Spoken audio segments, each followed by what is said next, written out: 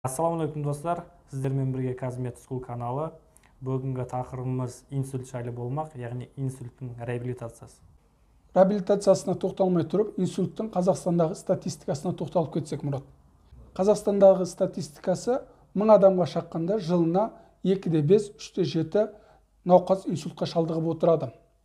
Ал оны Қазақстанның халқымен салыстыратын болсақ, Қазақстандағы 20 миллион адам өмір сүретін болса, оның 50 мың, 74 мың адам инсультқа шалдығады. Олардың 1000 адамға шаққанда 1-1-де 8 пайызы алғаш жылы қайтыс болады. Оған нақты айтатын болсақ, 20 миллионнан 20 мың мен 36 мың аралығында науқас бір жылда қайтыс болуы мүмкін.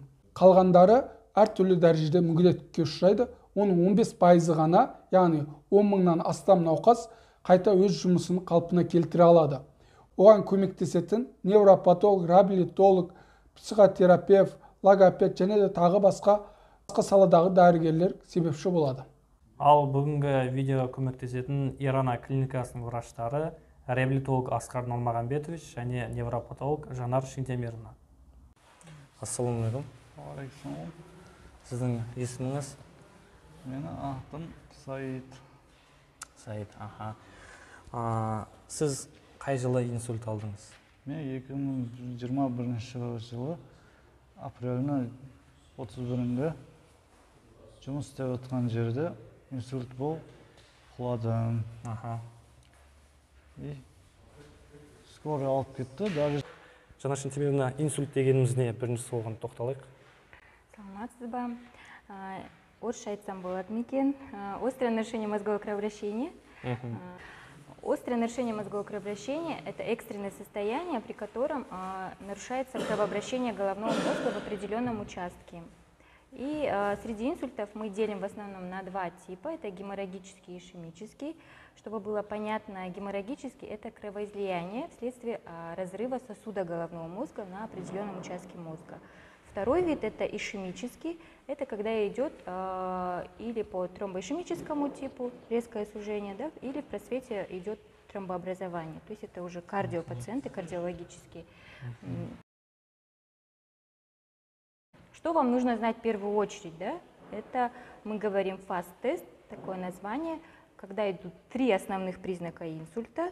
Вы можете распознать у ваших знакомых, у родственников. Да? Первое. Называется это фаст-тест на английском. Face – это лицо, то есть мы просим пациента улыбнуться. Когда пациент улыбается, одна сторона у него не работает, то есть она онемевшая, и вы видите искажение, да? Одна сторона ровная, а другая нормальная, то есть это лицо. Идет улыбка, она как бы искажается, да? Такая становится, вот такая, допустим, да? Второе – это arm, это рука. То есть просите пациента поднять руки. Та сторона, которая парализованная, она будет опущена. То есть он не сможет одинаково держать руки. Это рука. Это speech, речь. То есть нужно попросить человека, обычно, если вы знаете этого человека, просто попросите что-то сказать. Он не сможет сказать, или вы не поймете его. То есть, или речь вообще он не может сказать, или она будет нечеткая, смазанная. Если вы не знаете этого человека, попросите сказать, как его зовут, или который, допустим, сегодня день, что-нибудь, любую речь, и вы увидите нарушение речи. Это speech. И T – это time, это время, то есть мы говорим терапевтическое окно. 3,5 часа в среднем мы берем. Это то время, за которое пациент должен быть доставлен в больницу скорой помощи для того, чтобы оказать ему экстренную помощь. Это терапевтическое окно. Если мы в этот период сможем пациента доставить в стационар, то все процессы, которые с ним произошли, они обратимы. Понимаете, да? И если же мы опоздаем, то будут необратимые неврологические нарушения, и очень трудно такого пациента уже дальше поставить. Поэтому вот это мы называем период 3,5 часа, это терапевтическое окно. Есть понятие приходящее нарушение мозгового кровообращения. То есть, когда все эти явления есть, все есть, нарушение речи, допустим, нарушение движения рук, но в течение 24 часов эти симптомы исчезают. То есть организм справился, то есть кровоток восстановился, пациент восстановился в течение 24 часов. Допустим, утром он был парализован, а вечером он уже нормальный. То есть это может быть с помощью врачей, Да, это хорошо. Есть некоторые случаи, когда без помощи врачей пациент приходит в норму. То есть организм, ресурсы организма справились с этой ситуацией, и катастрофы не произошло. Рахмет. Жанашын Темировна, инсульттің себебін айтып кетсеңіз, не себепті болады инсульт? Причины, скажем так, прямой причины нету, но есть предполагаемые причины. Это хронические заболевания, да? В первую очередь это пациенты, которые страдают артериальной гипертонией, да, когда высокое давление, цифры, вы знаете, да, до 139 это норма, выше, то есть 140 и выше это уже не норма, это уже первое, второе и так далее, то есть это риск инсульта. Также больные сахарным диабетом, да, и другими хроническими заболеваниями. То есть почему мы акцентируем на сахарном диабете? Потому что больные, которые страдают сахарным диабетом, у них поражается сосудистая стенка сосудов, нижних конечностей, брахиоцефальных, головного мозга. Да? И здесь тоже есть риск получения инсульта.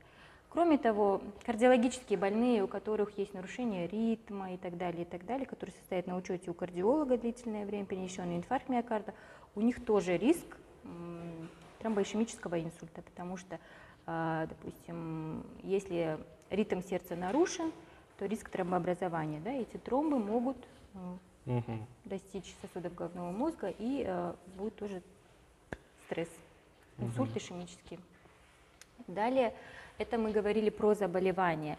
Если мы сейчас будем затрагивать тему того, что инсульт молодеет, то, скорее всего, мы будем говорить про образ жизни, да, то есть это употребление алкоголя, употребление сигарет и других энергетических напитков, которые поражают сосудистую стенку, да, органов внутренних. Кроме того, они нарушают обмен веществ, приводят к этим же заболеваниям, скажем так, да, и вследствие чего вы можете замечать, что даже молодые люди, многие перенесли инсульт. Да, значит, лечение. Лечение заключается в том, что мы уже говорили, да, пациента обязательно нужно вызвать скорую медицинскую помощь, доставить в стационар, оказать необходимую первую помощь. Далее уже будучи, находясь в стационаре, пациент уже начинает этап реабилитации. То есть его максимально стараются вертикализировать, насколько это возможно. После выписки, допустим, в течение 10 дней, 15, в зависимости от состояния пациента, он выписывается, но это не говорит о том, что на этом лечение закончится. Дальше идет длительный этап реабилитации в зависимости от того, какие нарушения оказались стойкими. Например, у некоторых пациентов только речь нарушена, то есть здесь надо работать с логопедом, да? У некоторых пациентов гемипарез, то есть движение нарушено, значит, мы должны восстанавливать движение. Даже бывает, что просто одна рука плохо работает, такой инсульт. Монопарез там одной конечности, монопарез нижней конечности. В общем, разные бывают проблемы, и в зависимости от того, какая изначально проблема, дальше мы работаем. И реабилитация тоже основывается на состоянии пациента, что необходимо ему, какой момент нужно восстановить. Операция болдым, и сол жағым полный отказ берді, аяғым, қолым, даже отырамайтын едім. Осы реабилитация келмей тұрып, больницадан шыққаннан кейін сізде қандай шағымдар болды сізде? Үйде жатқан кезде, Үйде жатқан кезде. мен ойладым, полный болды, инвалид болып қаламын да, жата беріп, отырамайтын едім. Күніге жылап жататын. Болды, өмір бітті. Өмір бітті деп ойлайтын. Болды, өмір бұл инвалид болып қалам ба деп ойлап қалдым. Больницадан шыққаннан кейін сол жақ аяғыңыз істемеді, Иә, сол жағым. Сөйлеуіңіз қалай болды? Сөйлей алмайтын. Сөйлей алмайтын. Тамақ жей алмайтын. Келесі видеода біздің врачтар, яғни реабилитолог және невропатолог, инсульт алған науқасты қалай дұрыс жатқызу керек, қалай дұрыс тұрғыздыру, жүргіздіру керек, соның бәрін толығырақ айтып кететін болады. Бірінші рет реабилитацияға келгеннен кейін қалай болды? Реабилитацияға келгеннен кейін ер арнада мені жай тұруды, отыруды үйретті врачтар. Полный лечение алып, 14 күннің ішінде аяққа тұрып, жүруді бастадым. Машалла. Иншалла осы аяққа тұрып, қазір керек жерімге жетіп алам, тамаққа өзім барып тістерімді жуып, сақалымды алып. Қазіргі кезде өзіңіз жүресіз, иә? Иә, өзім керек жерге жетіп алам. Сәл-сәл қисық, но жүріп жатырмын.